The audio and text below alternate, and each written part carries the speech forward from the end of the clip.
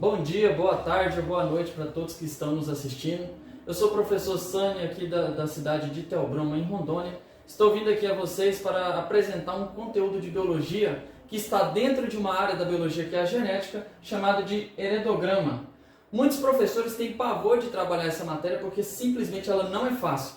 Mas para quem já é aquele aluno que fez Enem uma, duas ou até no máximo 3 vezes, sabe que este conteúdo todo ano ele cai no Enem. Tá? Ele não cai em grande quantidade, mas sempre ele está presente. Para vocês entenderem melhor o que é heredograma, vamos contar a história de uma mulher que teve na sua família casos de câncer de mama, que é uma doença genética. Essa mulher chega ao médico preocupada porque sua tataravó, vó e mãe morreram com câncer de mama. Então ela vai se consultar para saber se ela corre risco de ter também esse câncer de mama. Quando ela chega lá, o doutor pergunta: por favor, conte a sua história de vida e a história da família, como é que essa doença se comportou na sua família. E ela começa a se abrir para o médico e falar que a tataravó dela morreu há 10 anos com essa doença, a avó dela também teve câncer de mama e lutou contra essa doença por 2 anos e mesmo assim faleceu, e a mãe dela mais recentemente também morreu de câncer de mama. Então ela começou a se abrir e até chorar para o médico. Enquanto ela se abria para o médico, o doutor estava apenas desenhando no seu papel, fazendo círculos, quadrados, tracinhos e até pintando essas bolinhas. E ela, sem entender, se alterou com o médico e ficou brava com ele. Porém, ela não deu a chance do médico explicar o que ele estava fazendo. Ele estava fazendo um heredograma. E o que é um heredograma? O heredograma, gente, é uma representação gráfica, ou seja, em palavras leigas, nada mais é do que um desenho que serve para estudar o comportamento de uma doença ou característica numa família. Não só isso, o heredograma também serve para você estudar o parentesco da família. Quando a gente diz que estuda o comportamento dessa característica ou doença, a gente quer ver como que a doença está se comportando dentro da família. Tá? Então eu trouxe aqui exemplo de uma característica. Lóbulo da orelha. Para quem não conhece, gente, lóbulo é essa parte da orelha onde as pessoas costumam colocar brinco. Tem pessoas que têm um lóbulo livre, ou seja, solto, e tem pessoas que têm um lóbulo aderente. Então nós temos aqui um exemplo de um lóbulo aderente, que é colado na pele do rosto, e o lóbulo livre, que é solto. Isso é uma característica genética. Então pode ter pessoas na sua família que têm um lóbulo livre, pode ter pessoas que têm um lóbulo aderente. Você pode fazer um heredograma para estudar essa característica, mas também pode usar para estudar uma doença genética, que eu trouxe o exemplo aqui da anemia falciforme. Para você entender um pouco o que é a anemia falciforme, aqui você deve conhecer o desenho das hemácias, que são as células do nosso sangue. Normalmente as hemácias têm esse formato côncavo, tá? Que parece um salgadinho. As hemácias ela têm as qualidades de carregar e transportar oxigênio dentro do nosso organismo. Porém, uma pessoa que nasce com anemia falciforme, ou seja, um tipo de anemia genética, ela tem uma deficiência na hemácia que atrapalha o transporte de oxigênio. Ou seja, isso daqui não tem nada a ver com alimentação. Tem muitas pessoas que talvez vão confundir com anemia ferropênica. Anemia ferropênica é a falta de ferro no organismo, ou seja, isso vem do alimento. Não tem nada a ver com genética. Aqui é um tipo de doença genética. Agora vamos entender direito o que o médico estava fazendo com aquela mulher. Ele estava desenhando uma simbologia do heredograma. E aqui eu trouxe uma imagem para vocês entenderem melhor o que o médico estava desenhando. Nessa simbologia, vocês vão observar alguns desenhos. Quadrado, círculo. O quadrado no heredograma ele sempre vai representar um homem. Então se você está desenhando sua família, vai desenhar o seu pai, você vai desenhar um quadrado. Se você vai desenhar sua mãe, você vai representar ela por um círculo, uma bolinha.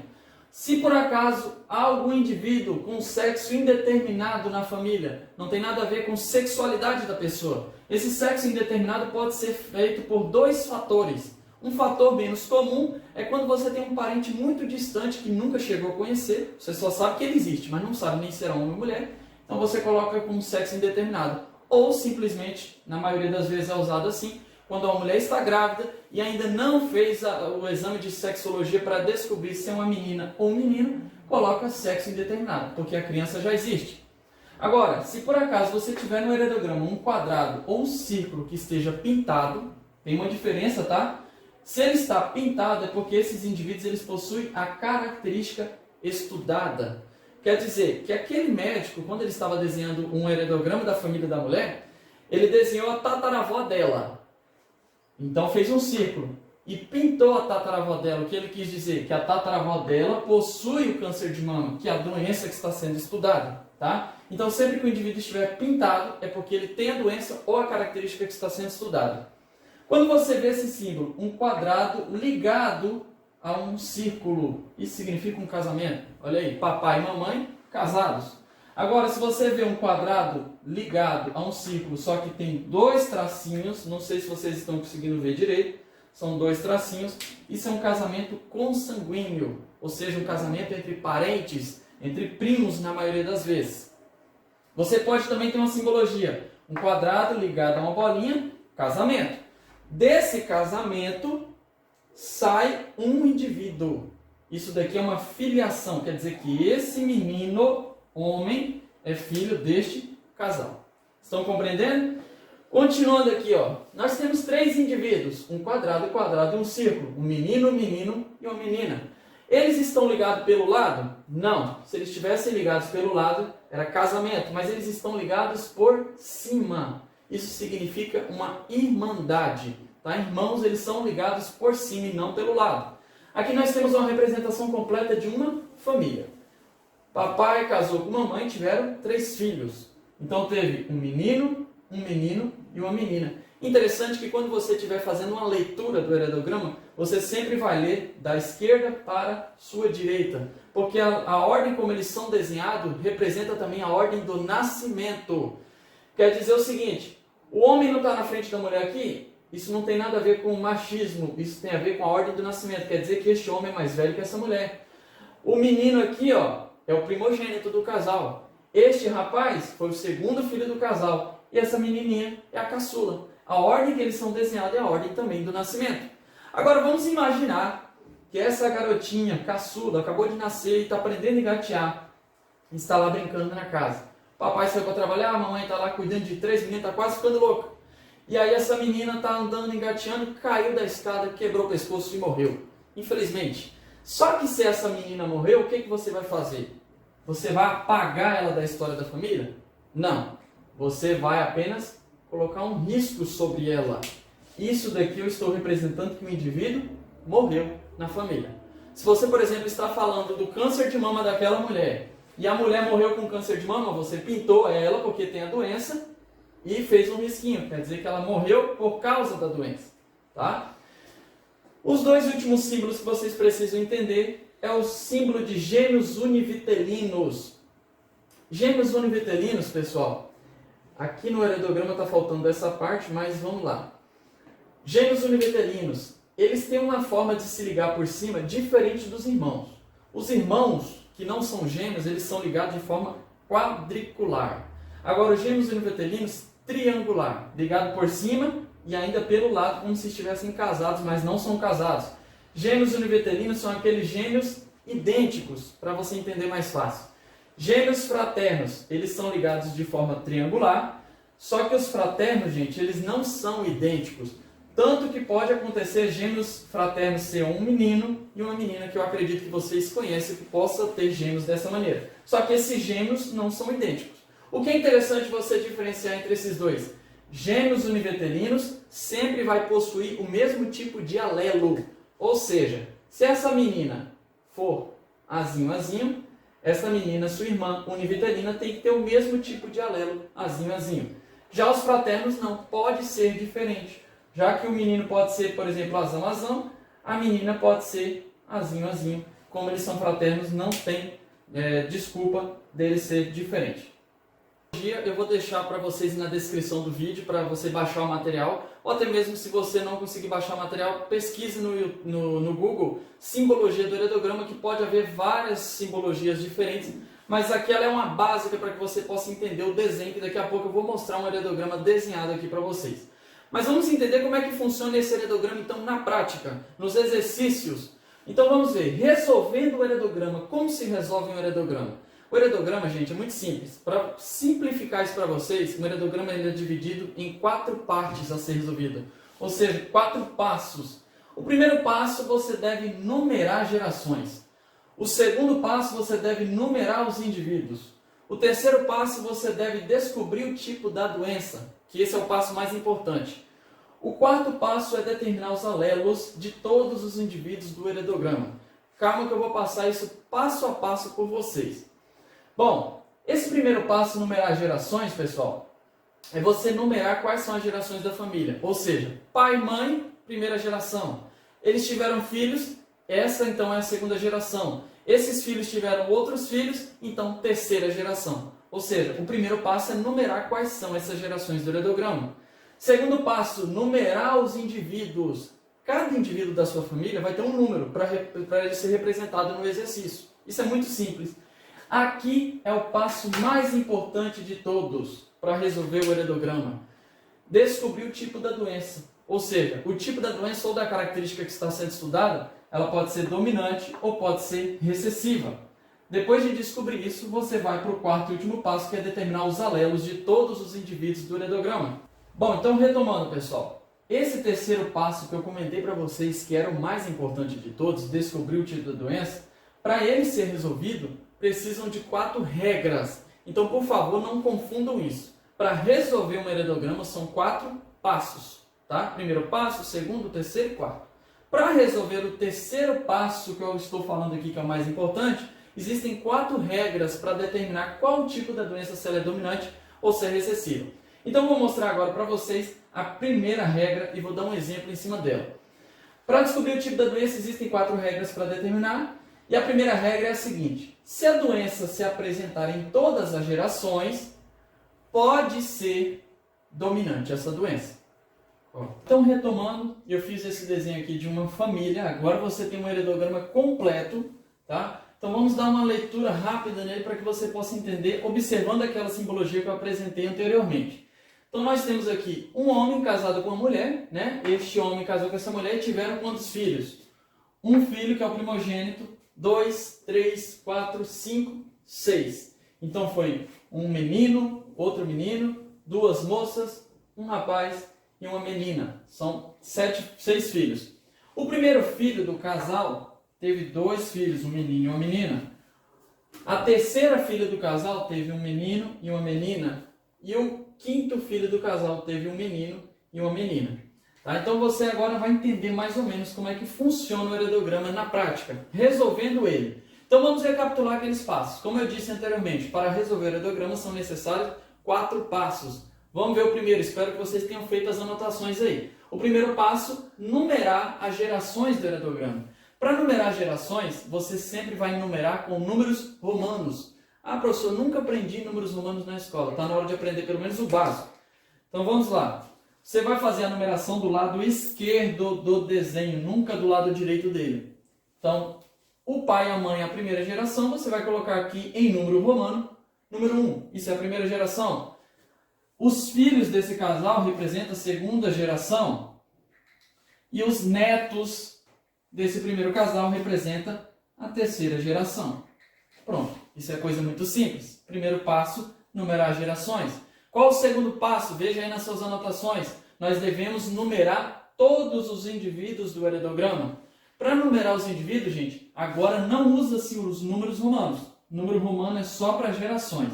Nós iremos usar os nossos números comuns. Ou seja, o homem, que é o primeiro da família, número 1. A sua esposa é a segunda na família, número 2. Só que tem um detalhe aqui. Quando você for numerar os indivíduos da próxima geração, você recomeça a contagem.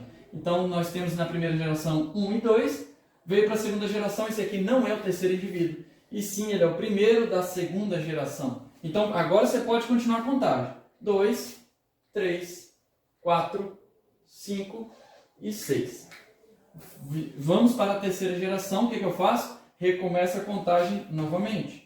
Então, 1, 2, 3, 4, 5 e 6. Pronto. Resolvido o primeiro e segundo passo do heredograma, que isso aqui é muito simples. Uma coisa muito importante de falar é que em alguns heredogramas você pode observar que já vem uma numeração pronta. Então, professor, se vem numerado, eu preciso mexer em alguma coisa? Não. Muito simples, se o heredograma vem numerado da maneira dele, você não precisa mexer e fazer esse primeiro e segundo passo. Apenas se ele vir todo em branco para você ter que fazer tudo, ok? Então, ignore a numeração das gerações e a numeração dos indivíduos, caso este exercício já venha numerado, ok? Agora vamos para o terceiro passo que eu disse para vocês, que é o mais importante de todos, que é descobrir o tipo da doença.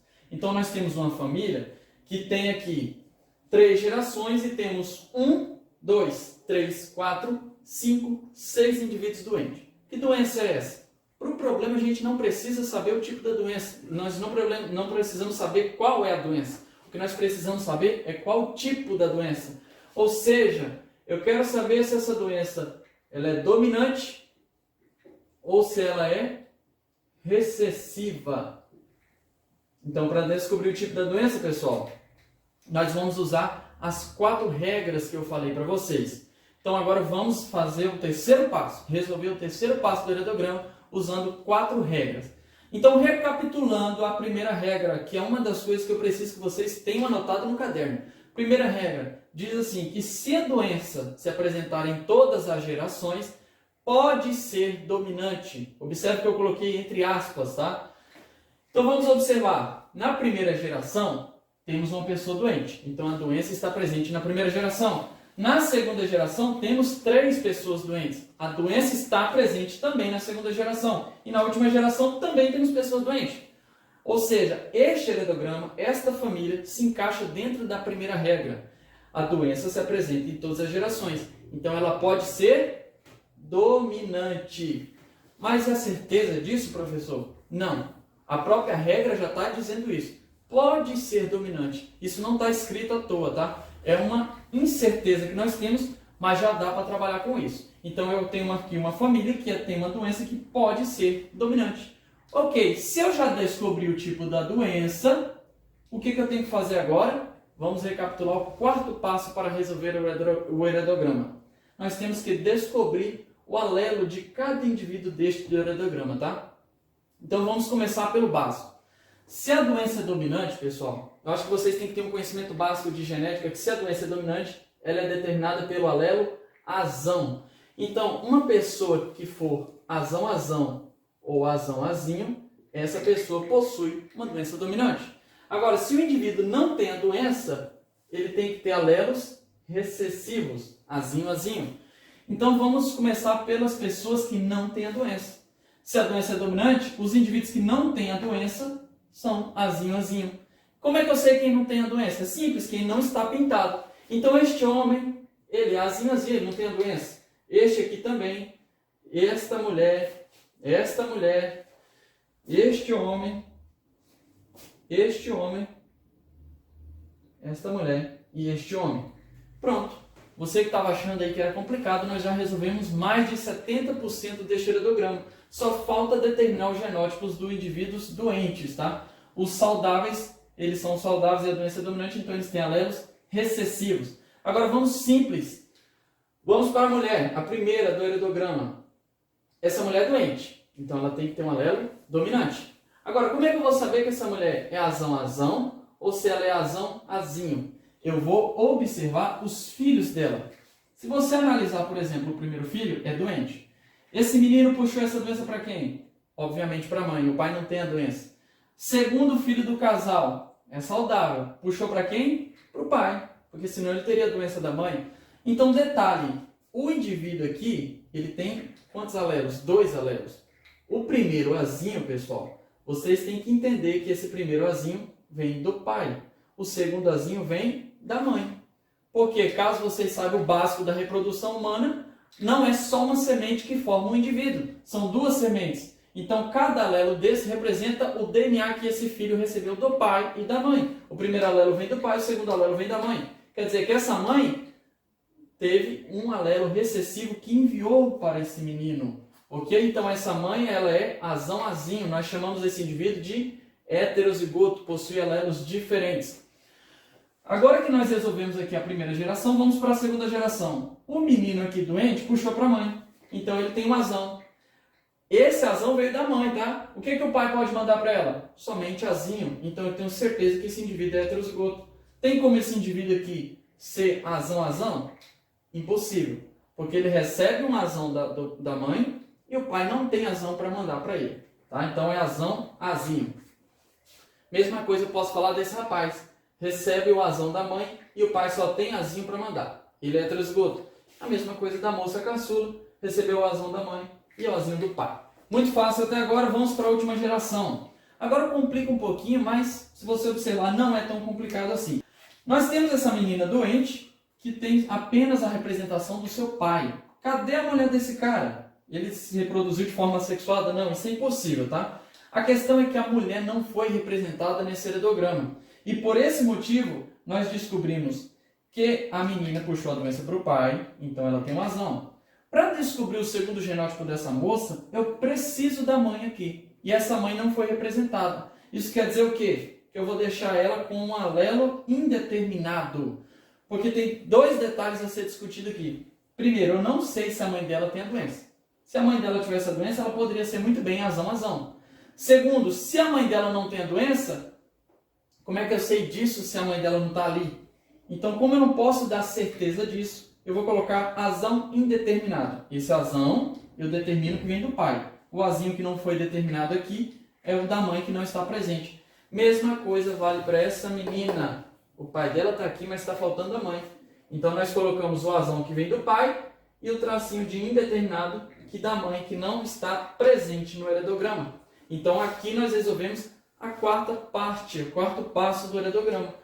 Numeramos as gerações, numeramos os indivíduos, descobrimos o tipo da doença que é dominante e descobrimos o genótipo de cada um desses indivíduos. Retomando, acabei de explicar a primeira regra, gostaria de mostrar para vocês então a segunda regra. Quando é que a gente vai usar, professor, essa segunda regra? Simples, se você pega um exercício, você vai lá utilizar a primeira regra para saber se a doença é ou não dominante.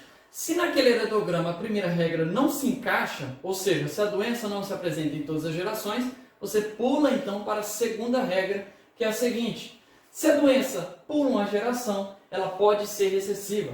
Faça a anotação dessa segunda regra, que eu já vou dar um exemplo para vocês. Acabei de apresentar a segunda regra para vocês, agora vocês vão compreender melhor quando é que cada regra deve ser usada.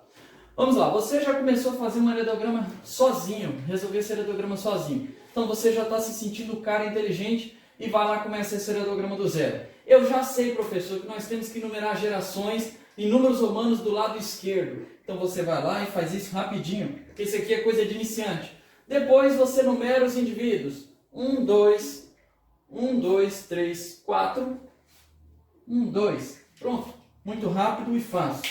Vem agora a parte mais importante, que é o terceiro passo, descobrir o tipo da doença. Esse passo é tão importante que ele determina se você vai acertar o problema ou errar. Se você erra nessas numerações aqui, pode ser que você ainda acerte a questão. Mas se você errar no terceiro passo, você erra toda a questão, que é descobrir o tipo da doença. Então, beleza, você vai agora descobrir o tipo da doença deste heredograma. Usem a primeira regra, por favor, e tentem ver se vocês conseguem descobrir o tipo da doença. Vamos lá para a primeira regra. Se a doença se apresenta em todas as gerações, pode ser dominante. A doença está presente na primeira, não está presente na segunda geração, não tem nenhum indivíduo doente. E ela volta a aparecer de novo na terceira geração. A primeira regra se encaixa aqui? Óbvio que não. Isso aqui é que vai determinar se vocês vão poder usar a primeira regra. Não deu para usar a primeira regra, vai para a segunda regra. Não deu para usar a segunda regra, vai para a terceira. E assim por fim, a quarta regra. As 4 regras que eu estou apresentando a vocês, uma delas com certeza vai dar para resolver. Então, usando a segunda regra, se a doença pula uma geração, pode ser recessiva. Pode ser, de novo, gente, entre aspas, de novo, a regra não te dá certeza, ok? Pular uma geração é o exemplo que vocês estão vendo aqui. Ela pulou a segunda geração deste heredograma. Então vamos fazer uma leitura. A mulher se casou com um homem. Essa mulher está na frente, quer dizer que ela é mais velha. Então uma mulher doente casou com um homem saudável. E eles tiveram quantos filhos? Se você falou que eles tiveram 4 filhos, você já está lendo o heredograma errado. Eles tiveram 3 filhos e não 4. O primeiro filho primogênito, a segunda moça e a caçula. O primogênito se casou com uma mulher mais velha que ele. Observe que essa mulher não está ligada por cima. Então não são irmãos, eles são casados. O primogênito que se casou com essa mulher tiveram 2 filhos, uma moça e um rapaz que nasceu doente como a sua vó. Ou seja, essa doença veio do pai, mas não acarretou essa doença no pai, mas o pai transmitiu essa doença. Então vamos ver agora como é que funciona. A doença é recessiva. Qual é a quarta etapa para resolver esse heredograma? Descobrir os alelos de todo mundo. Então vamos recapitular. Se a doença é dominante, os indivíduos têm um alelo azão, ou pode ser azão-azão, ou pode ser azão-azinho. Mas se a doença é recessiva, o indivíduo doente ele tem que ter dois alelos recessivos. Então nós sabemos que o indivíduo doente é azinho-azinho. Nós temos apenas dois indivíduos doentes. Então essa mulher é azinho-azinho e este neto dela é azinho-azinho. Ok, e os indivíduos saudáveis? Vamos fazer de uma maneira simples e rápida. Todos eles são saudáveis. Eles podem ser azão-azão ou azão-azinho, correto? Então, a certeza é que um azão eles têm. Eu vou aqui, de forma rápida, colocar um azão para cada um. Por que, professor? Porque todos são saudáveis. Agora vamos recapitular e voltando, descobrindo o segundo genótipo de cada um deles. Então vamos olhar aqui, ó. Esse indivíduo casado com essa mulher doente, o que ele pode ser? Azão-azão ou azão-azinho? Pensem um pouquinho aí que vocês já vão observar. O homem vai ser azão-azão. Mas por que, professor? Primeiro, gente, detalhe que vocês têm que prestar atenção. Ele é casado com uma mulher doente. Quantos filhos eles tiveram? 3. Nenhum desses filhos tiveram a doença. Então, a única maneira dele ter 3 filhos e não puxar a doença da mãe é que esse indivíduo só tem alelos dominantes, que são os alelos saudáveis. Todos os filhos receberam um azão, correto? Então, por isso que nenhum tem a doença. E a mãe só manda azinho. Se tivesse pelo menos um filho doente aqui, aí este cara poderia ser considerado azão-azinho. Mas como ele tem 3, não é só um, são 3, todos saudáveis, aí ele é azão-azão. Bom, o primogênito, então, que é heterozigoto, se casa com uma mulher. E junto com essa mulher eles tiveram 2 filhos e um dos filhos é doente. Esse menino recebeu 2 alelos recessivos. A mãe tem um azão, o pai tem um azão. O pai tem um azinho, então quer dizer que esse azinho aqui, ó, foi transmitido pelo pai. E de onde que veio esse primeiro azinho? Obviamente veio da mãe. Então está aí, descobrimos todos da segunda geração. Voltando aqui agora, prestem muita atenção nessa parte. Nós temos os 2 pais heterozigotos, azão-azinho, azão-azinho. E essa menina nasceu saudável. Agora tem um detalhe, que essa menina aqui, ela pode ser tanto azão-azão quanto azão-azinho. Quer dizer, a mãe mandou azão, o pai pode mandar azão. Se ela for azão-azão, ela é saudável, como mostra no desenho. A mãe pode ter mandado azão e o pai pode ter mandado azinho. Se ela fosse azão-azinho, ela também seria saudável. Isso eu estou querendo dizer que ela pode ser tanto homozigoto quanto heterozigoto, que da mesma maneira ela continua sendo saudável. Eu sou Deus para dar certeza qual foi o genótipo que ela recebeu? Não. Então eu vou deixar aqui indeterminado. Mas aqui, professor, o senhor falou que a gente coloca indeterminado quando não aparece a mãe ou o pai lá no desenho. Não, há uma exceção aqui também. Nós temos 2 pais saudáveis com filha saudável. Essa menina pode ser azão-azão ou azão-azinho. Por isso que eu vou deixar indeterminado. Uma coisa eu tenho certeza. Retomando então, nós já apresentamos a primeira e segunda regra. Essas regras servem para quê? Não esqueçam, elas servem apenas para resolver a terceira etapa do heredograma, que é descobrir o tipo da doença. A primeira regra e a segunda regra, o que elas têm em comum? As 2 regras não te dão certeza de nada. Ou seja, se a doença se apresenta em todas as gerações, pode ser dominante. Se a doença pula uma geração, pode ser recessiva. Professor, mas o senhor falou que ia explicar regras que nos dão certeza disso. Bom, a terceira e a quarta regra, elas são regras que com certeza vão dar certo, caso venha ter ela no heredograma. Tá? Ela não tem erro, não desconfie dela, pode ter certeza. A terceira regra, gente, ela diz o seguinte: pais saudáveis com filho doente, com certeza, eu deixei isso destacado para vocês, a doença é recessiva. Então analisem o desenho que eu trouxe para vocês. Pais saudáveis. Quando eu estou colocando aqui pais, tem muito aluno que vai confundir achando que eu estou falando só do pai, não estou falando da mãe. Pais, no plural, tá? Papai e mamãe saudáveis e que eles têm um filho doente, com certeza essa doença é recessiva. Porque o que vocês aprenderam? Que a doença recessiva, ela é determinada pelo genótipo Azinho. Então, quando os pais têm uma característica e o filho nasce com outra característica que não é a mesma dos pais, esse filho vai ter um alelo recessivo. Isso é certeza. Então, você pode pegar essa regra e tentar procurar em todo o heredograma, olhando casal por casal, para ver se tem algum casal saudável com filho doente, para você ter certeza se a doença é recessiva ou não. Então vamos analisar aqui. Observem que já está numerado as gerações e já está numerado os indivíduos. Os pais são saudáveis e tem um filho doente. Isso já basta para eu ter certeza que essa doença é recessiva. Se a doença é recessiva, esse indivíduo aqui é azinho.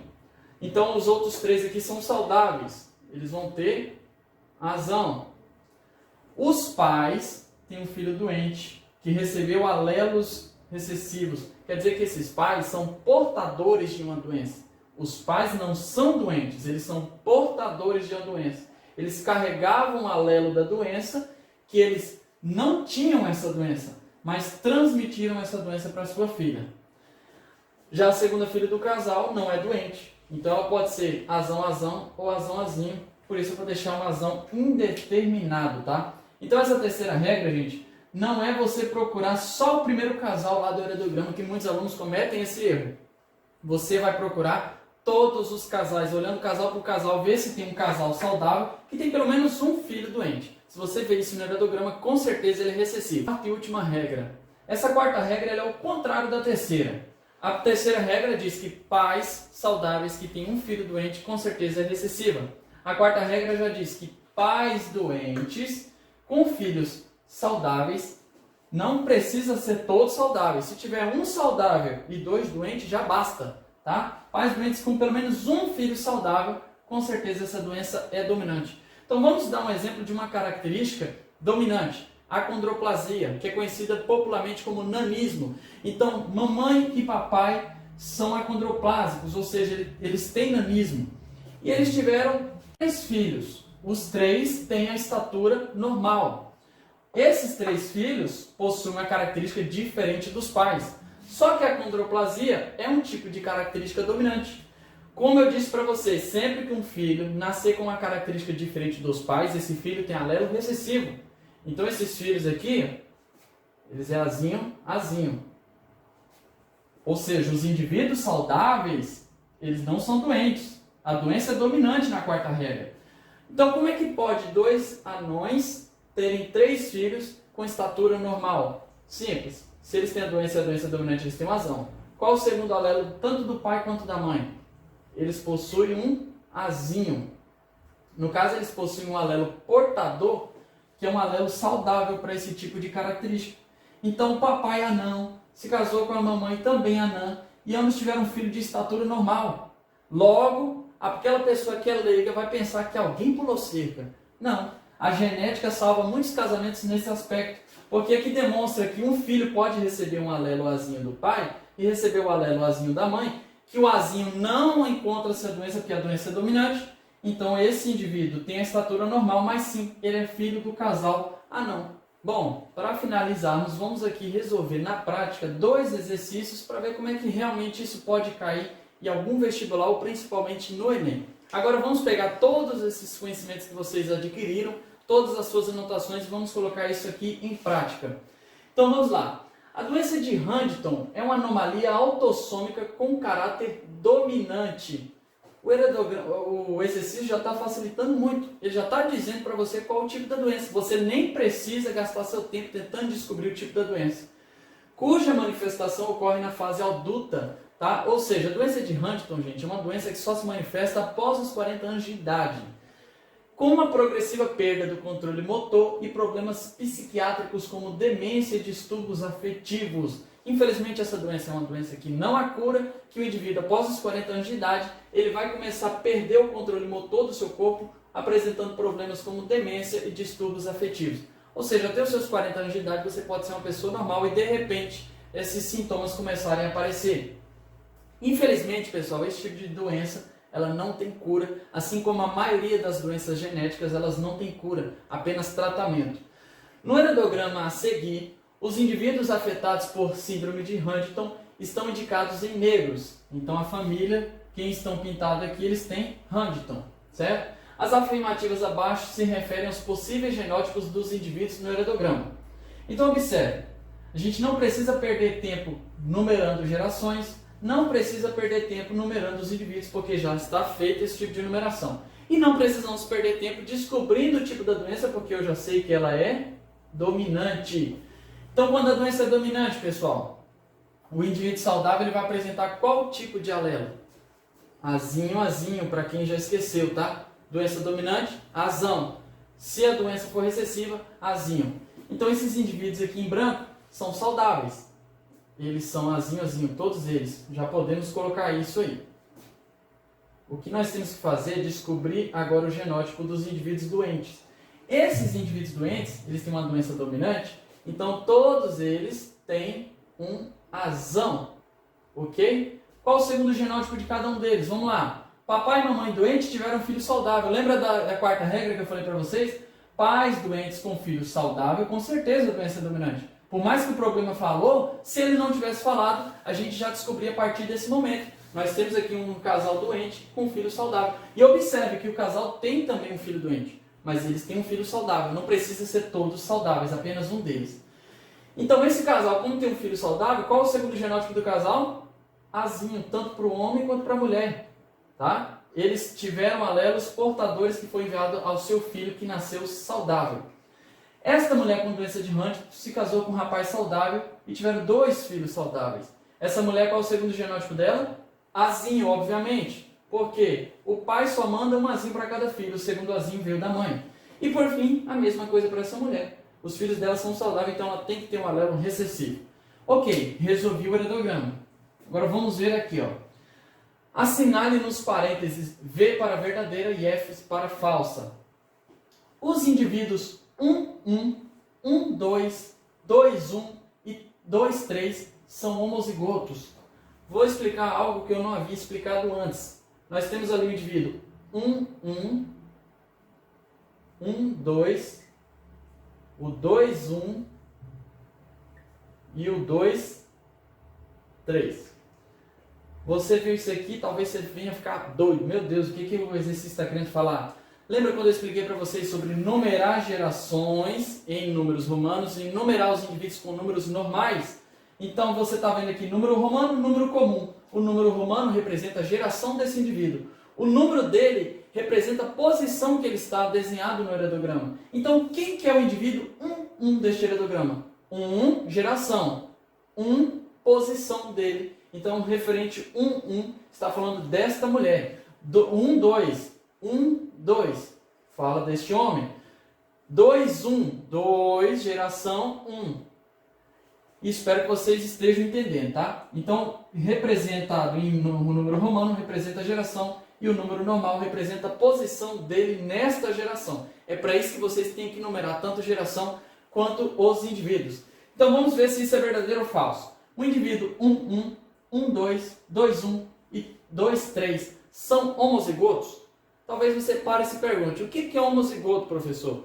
Você tem que voltar um pouco atrás e estudar conceitos básicos de ecologia. Homozigotos são indivíduos com alelos iguais. Exemplo, o indivíduo azão tem alelos iguais, ele é homozigoto. O indivíduo azinho tem alelos iguais, ele é homozigoto. Então vamos recapitular isso? O indivíduo 1, ele é homozigoto?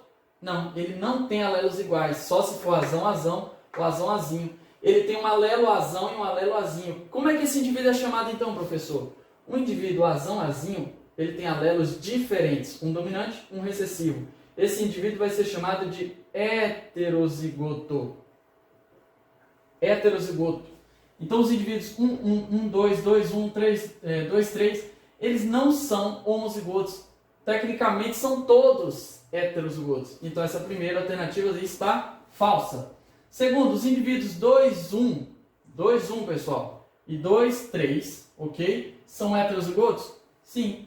Heterozigoto, verdadeiro. Os indivíduos 2, 2, este homem, e 2, 4, são heterozigotos? O que é heterozigoto? Indivíduos com alelo diferente. O 2, 2 é azinho. O 2, 4, azinho. Falsa. Os indivíduos 3, 1, 3, 2 33, 34. Todos dessa última geração. São homozigotos? Verdadeira. Então, a sequência correta do preenchimento dos parênteses de cima para baixo é, vamos ver o seguinte, de cima para baixo, gente. Falso, verdadeiro, falso, verdadeiro. Alternativa certa, letra A, falso, verdadeiro, verdadeiro. Ok? Passamos então para o próximo exercício. Então, para fecharmos nossa aula, vamos resolver um último exercício para que vocês tenham em mente a finalidade do heredograma. Na genealogia a seguir, algo que eu não comentei, heredograma também pode ser conhecido como genealogia, tá? Na genealogia a seguir, os indivíduos assinalados com preto apresentam uma anomalia determinada por um gene dominante. De novo, o exercício facilita para a gente. Já está demonstrando o tipo da doença, tá? Nós temos aqui indivíduos doentes tanto na primeira quanto para a segunda geração. Só que vamos ignorar rapidinho essa informação do exercício. Vamos ver se vocês entenderam o que eu expliquei. Eu peguei esse heredograma, eu não sei se ele é dominante ou se ele é recessivo. Então vamos começar do básico. Numerar as gerações e numerar os indivíduos, eu preciso fazer isso? Não, porque já está numerado. Ó. 1, 1, 1, 2, 3, 2, 1, 2, 2, 2, 4, 2, 5. Não preciso fazer isso. Agora vamos descobrir o tipo da doença. Imaginem que não tem essa informação. Então eu vou usar a primeira regra. Se a doença se apresenta em todas as gerações, pode ser dominante. E é o caso, a doença está presente em todas as gerações, pode ser dominante. Eu não tenho certeza. Vou para a segunda regra então para ver se eu tenho certeza. Se a doença pula uma geração, pode ser recessiva. A doença não pula a geração, ignora a segunda regra. Terceira regra, pais saudáveis com filho doente, com certeza a doença é recessiva. Eu tenho pais saudáveis com filho doente? Não.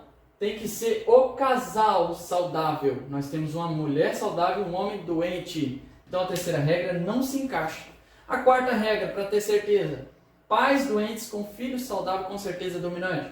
Nós temos pais doentes aqui? Também não. Quando eu digo pais, eu estou falando dos dois. Só tem um pai doente e a mãe aqui é saudável. Ou seja, a única regra que dá para utilizar aqui é a primeira regra. Por mais que eu apresentei ela, que ela não te dava certeza, um momento você vai ter que usar quando não há escapatória. Mas voltando aqui, nós já sabemos que a doença é dominante.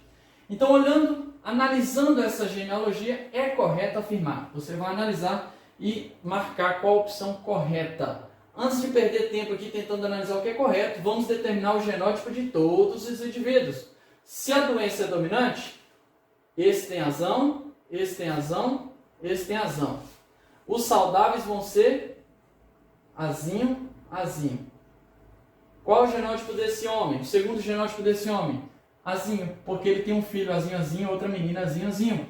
Então ele tem que ser portador de uma alelo azinho. Qual é o genótipo desse rapaz? O azão ele puxou do pai. O que a mãe pode mandar? Apenas azinho. Então ele é heterozigoto. Qual é o genótipo dessa moça? Puxou a doença para o pai, azão, a mãe só pode mandar azinho. Pronto, resolvido. Agora vamos marcar o que é correto. Letra A. Todos os indivíduos afetados, ou seja, todos aqueles que estão pintados, são homozigotos? Homozigoto, gente, indivíduo com alelos iguais. Heterozigoto, heterozigoto, heterozigoto. Essa alternativa está incorreta. Todos os indivíduos não afetados, os brancos, tá? São heterozigotos? Os não afetados, todos são homozigotos. Letra B, incorreta. Apenas o indivíduo 1 é heterozigoto. O 1 é heterozigoto, mas não apenas ele, tá? Nós temos heterozigoto também, o 2,1 e 2,5. Ou seja, a letra C, incorreta. Apenas os indivíduos 1, 2,1 e 2,5 são heterozigotos. Correto, correto, correto. Essa é a alternativa correta. Só para fechar, apenas os indivíduos 1 e 1,2 são homozigotos. Não, 1 é heterozigoto e o indivíduo 1,2 homozigoto de letra D.